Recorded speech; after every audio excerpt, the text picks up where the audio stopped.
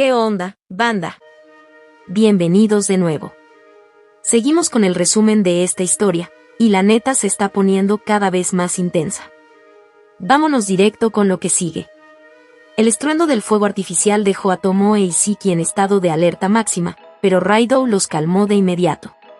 El chico explicó con total tranquilidad que estaba ileso y que aquella anomalía no era más que un regalo oficial de un dios japonés que había decidido cederles, sin costo alguno, un mar entero para su uso y disfrute. Al escuchar eso, sus seguidores se quedaron mudos por un par de segundos. La primera en reaccionar fue Tomoe, quien señaló, anonadada, que los dioses pensaban en escalas absurdamente grandes. La voz de Siki, por su parte, se quebró por la impresión. El mago argumentó con toda razón que, incluso para un lugar increíble como Azora, recibir un océano entero era una locura que se salía de toda lógica. Raidou comprendía perfectamente su desconcierto.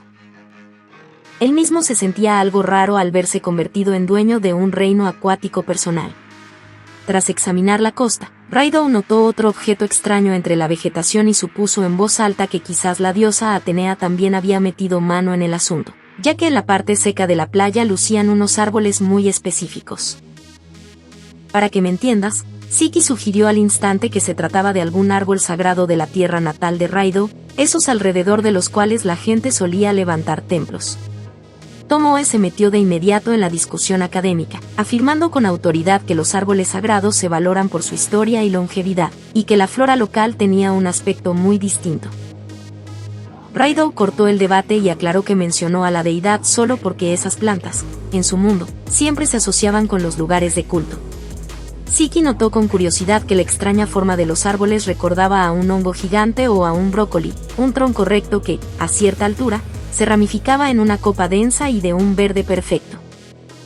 Raidou confesó que solo había visto esa maravilla de la naturaleza en documentales de televisión y que siempre soñó con verla en persona, aunque nunca imaginó que su sueño se cumpliría en medio de su propia dimensión oculta. Orgulloso, nombró el árbol, el Drago de Socotra, también conocido en los libros como el árbol de la sangre de dragón. La samurái hizo una mueca, considerando que el nombre era demasiado siniestro y peligroso para la pacífica Azora. Raidou la calmó explicando que, en su antiguo mundo, los dragones no existían realmente y que el nombre venía solo de la resina espesa y rojo oscuro que brotaba al cortar la corteza. Para que te des una idea, esa savia tenía propiedades curativas brutales, en clima seco servía como pomada efectiva, y con la lluvia se endurecía rápido, por lo que los médicos locales hacían pastillas medicinales con ella. Al enterarse de su uso médico, Siki se encendió con un entusiasmo científico y le pidió permiso a su señor para estudiar la flora a fondo. Raidou aceptó encantado y le sugirió que trabajara junto a los fuegos fatuos y las arañas Ark, que eran expertas en herbolaria. Tomoe no se quedó atrás y anunció que ella se encargaría de estudiar el mar, planeando involucrar a Mio. Sin embargo, la samurái añadió con sensatez que ni ella ni Mio tenían idea de temas marinos, así que para desarrollar la zona necesitaban nuevos residentes que hubieran crecido en la costa y supieran todo sobre las profundidades. Raidou estuvo de acuerdo, y Tomoe propuso abrir una nueva ronda de migración hacia Azora. El joven dejó la preselección en manos de sus sirvientes, reservándose solo la entrevista final. En ese momento, Raidou recordó a unos visitantes del pasado. Una raza diminuta de hadas, increíblemente peleoneras y competitivas, que alguna vez habían sacado de quicio a la jefa de las criadas, Emma, con sus caprichos. No lograba recordar el nombre exacto, así que bromeó diciendo que se llamaban Antonio. Tomoe rió y estuvo de acuerdo, recordando vagamente que el nombre de esa facción rebelde empezaba con A. En ese instante, el culto Siki intervino con elegancia. Esa misteriosa raza se llamaba Alefemer, y poseían la habilidad única de controlar a los espíritus naturales. Raidou agradeció la aclaración y le encargó a Tomoe localizar a esa tribu guerrera, además de preparar la recepción para los futuros habitantes marinos. Resulta que, a estas alturas, Azora era tan popular entre los semihumanos que ya había una cola kilométrica de miles de personas esperando obtener la ansiada ciudadanía. Tomoe le aseguró que la selección no tardaría y que pronto le pasaría el examen final. Mientras sus seguidores discutían los detalles por telepatía, Raidou contemplaba embelesado las olas aladas. La playa de arena blanca era tan tentadora que le costó un mundo reprimir las ganas de quitarse la ropa y tirarse a nadar. Imaginó lo magnífico que se vería el paisaje por la noche, con la luna y el manto de estrellas reflejándose en el agua. Rideau decidió que, por un tiempo, convertiría esa costa en su resort privado. Pero la paz duró poco, sabía que su lista de pendientes crecía por minuto y que el descanso tendría que esperar. Además de los asuntos internos de Azora y el comercio con los demonios, tenía que volver a la Academia de Hrothgar. Para que lo tengas claro, en la Academia le caerían encima las invitaciones de los diplomáticos del aislado país de Lorel, desesperados por tener una audiencia con el jefe de la compañía Kusunoa. La cosa se complicaba porque Mio y su vieja conocida, Ibiki, se llevaban fatal, así que Rideau planeaba ir solo a Lorel, aprovechando que ella no estuviera en la capital para evitar un baño de sangre. Pero lo más urgente en Hrothgar era visitar al dragón superior, Ruth. Tomoe ya le había informado que ese loco se había quemado todo su maná en el incendio de la capital y ahora estaba en cama, hecho un vegetal, pagando las consecuencias. Llamando a Ruth idiota integral, Rideau decidió ponerse en marcha. Ajustándose la máscara de comerciante implacable, caminó resueltamente hacia las puertas de niebla, listo para otro largo día de trabajo. La mañana para Rideau comenzó con su ritual de siempre. Apenas abrió los ojos, se lanzó a su práctica diaria de tiro con arco y, en cuanto terminó, regresó a la mansión a toda prisa. Allí, justo en la entrada, Tomoe y Siki lo esperaban con una paciencia infinita. Quizás eran los efectos secundarios de ese agotamiento de maná que sufrió hace poco, pero la cabeza le pesaba una tonelada y sus pensamientos eran un nudo difícil de desenredar. Para que me entiendas, cuando tensaba la cuerda del arco, sentía que recuperaba la energía de golpe, como si volviera a ser el mismo, pero en cuanto soltaba el arco, el cansancio lo aplastaba como una losa. Mientras saludaba a sus leales compañeros, el mundo seguía dándole vueltas y la vista se le nublaba. Tomoe lo examinó preocupada, notó que estaba pálido como un papel y soltó una broma sobre cómo el arco parecía ser su medicina milagrosa. Rideau solo pudo soltar una sonrisa torcida. Les explicó que tirar con arco era parte de su esencia, sobre todo porque los dioses le dejaron claro que ya no tenía por qué contener su verdadera fuerza. Siki observó el arma en las manos de su señor. En ese instante, en los rostros de ambos seguidores apareció una sonrisa cálida y cómplice.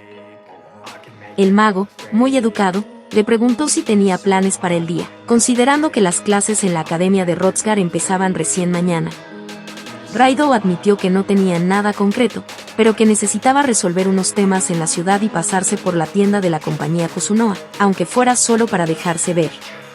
Al oír eso, Tomoe le propuso, con un tono lleno de misterio, que los acompañara, ya que en el noreste de Azora habían ocurrido unos cambios tan repentinos como intrigantes. Rideau preguntó si Mio los acompañaba, pero Tomoe negó con la cabeza, dijo que se había levantado antes. Que el sol y había salido disparada hacia las fraguas de los selvas, obsesionada con inspeccionar personalmente la calidad de los nuevos cuencos. Como se dieron cuenta después, la alfarería y la producción de cerámica, que Tomoe sugirió casi de broma, se habían convertido en un fenómeno dentro de Azora. Rideau pensó que quedaría en un pasatiempo de unos pocos, pero la realidad fue otra muy distinta. La creación de piezas de cerámica terminó por cautivar a todas las razas locales. Los altos orcos, los lagartos, los sarks, las gorgonas y los alados. En un lugar como Azora, donde siempre se usaron cubiertos de metal o madera, hubo un auténtico boom de cerámica. Ahora, para cualquier habitante era lo más normal del mundo fabricar sus propios platos y tazas. Rideau volvió a su cuarto, se cambió la ropa a toda velocidad y siguió a sus compañeros, dejando el desayuno para después. Si en su dimensión privada había pasado algo importante, tenía que verlo con sus propios ojos. Mientras caminaban por el pasillo, Siki siguió dándole vueltas al tema de la vajilla, evaluándola desde un punto de vista puramente práctico y comercial. El mago señaló que esas piezas de cerámica eran el regalo perfecto de la compañía Kusunoa para negociaciones importantes y un detalle de lujo para los clientes más influyentes. Para que te des una idea, en ese momento, en el mercado de las naciones humanas no existía nada parecido, y aunque los maestros de Azora no soltaban prendas sobre cómo enseñaban a los extranjeros, tampoco se tomaban la molestia de ocultar el proceso de cocción. Siki, con un toque de ironía, llamó a ese comportamiento de la competencia un completo acto de estupidez. En poco tiempo, esos productos se volvieron la carta de presentación de la compañía Kusunoha. Incluso le llegaron rumores a Raidou de que, en los mercados negros de Limia y Gritonia, la gente se peleaba por pagar fortunas por un simple cuenco. Aún así, Raidou razonó que tarde o temprano el secreto se filtraría a las grandes potencias, ya que allí había héroes invocados de Japón que sabían de sobra qué era la cerámica. Además, en el aislado país de Lorel también conocían esas tecnologías, así que le extrañaba que la gente se volviera tan loca por su vajilla. Pero todo pasaba como decía Siki, la compañía los regalaba a unos pocos elegidos y Raidou dejaba que sus subordinados se encargaran del resto. Lo curioso es que, aunque los Elbas eran los mejores técnicamente, la gente prefería los cuencos hechos por Aqua, Eris o incluso por el mismo Siki. Eso despertó el orgullo de los enanos, que empezaron a entrenarse como locos para mejorar, atrayendo finalmente la mirada de los coleccionistas más exigentes. Raidou cambió el tema y le preguntó directo a Tomoe sobre esos cambios en el paisaje. La samurái, algo alterada, le informó que, según los exploradores alados, en el lejano noreste había aparecido un lago gigantesco. Raidou se quedó helado, pensando si es que el territorio de Azora seguía creciendo, aunque no hubiera sumado nuevos aliados poderosos. Para que un cuerpo de agua así se formara de forma natural, tendría que haber pasado muchísimo tiempo, pero dada la naturaleza mágica de Azora, no se podía descartar nada. Los alados decían que nunca en su vida habían visto algo así, una masa de agua tan inmensa que ni siquiera se veía a la otra orilla. El viento traía un aroma nuevo, intenso y excitante. Como aclaración, tanto Siki como Tomoe entendieron de inmediato que era el mago, que solía acompañar a Mio a ciudades portuarias, ya conocía esa sensación, era el mar. Hasta ahora, Azora solo crecía si la fuerza de Raidou aumentaba, pero nunca cambiaba su geografía por arte de magia. Eso solo pasaba cuando sellaba un pacto con seres muy poderosos, como Tomoe o Mio. La última en llegar fue la princesa demonio Sari, pero no tenía ese nivel de fuerza para provocar cambios tectónicos. Para que sepas, a Azora llegaban monstruos y semihumanos mucho más fuertes y no pasaba absolutamente nada. Sin perder más tiempo, Raidou ordenó que los llevaran al lugar. Tomoe asintió y, con un movimiento, abrió las puertas de niebla. Raidou, precavido como siempre, dio un paso al frente y se sumergió en la neblina. En un segundo, la vista que tenían enfrente le quitó el aire. Estaban en una playa de arena blanca y fina, y ante ellos se extendía un mar infinito que brillaba bajo el sol, perdiéndose en el horizonte. Aquello parecía sacado de un catálogo de viajes de lujo. Raidou se acercó a la orilla, agarró un poco de agua y la probó, era salada y amarga. Efectivamente, era el mar. Tomoe y Siki hicieron lo mismo, confirmando el hecho. El mago, aunque estaba acostumbrado a los puertos, lucía muy emocionado, aunque comentó que el mar se sentía extrañamente tranquilo. Raidou activó su percepción, Sakai, para escanear el área. A lo lejos, su radar detectó una cadena de islas y, más allá, la densa niebla de siempre. Calculó que una carreta tardaría un par de horas en llegar desde la ciudad central, así que tendrían que poner un círculo de teletransporte. Cuando se dio la vuelta para mirar la tierra firme, se quedó paralizado. Ahí, donde terminaba la arena blanca, había algo que su Sakai, potenciado con el armadura mágica, no había registrado, un letrero de madera. Tomoe lo señaló también. Caminaron hacia él, y el sonido de sus pasos sobre el cuarzo de la arena rompía el silencio solemne. Raidou leyó las letras y soltó una exclamación de sorpresa. Resulta que ese mar era un regalo de Susanoo, el dios japonés. El mensaje decía que Raidou había dado un salto increíble en su manejo de maná, y como recompensa, Susanoo, con una ayudita de su hermano, le había creado un mar entero.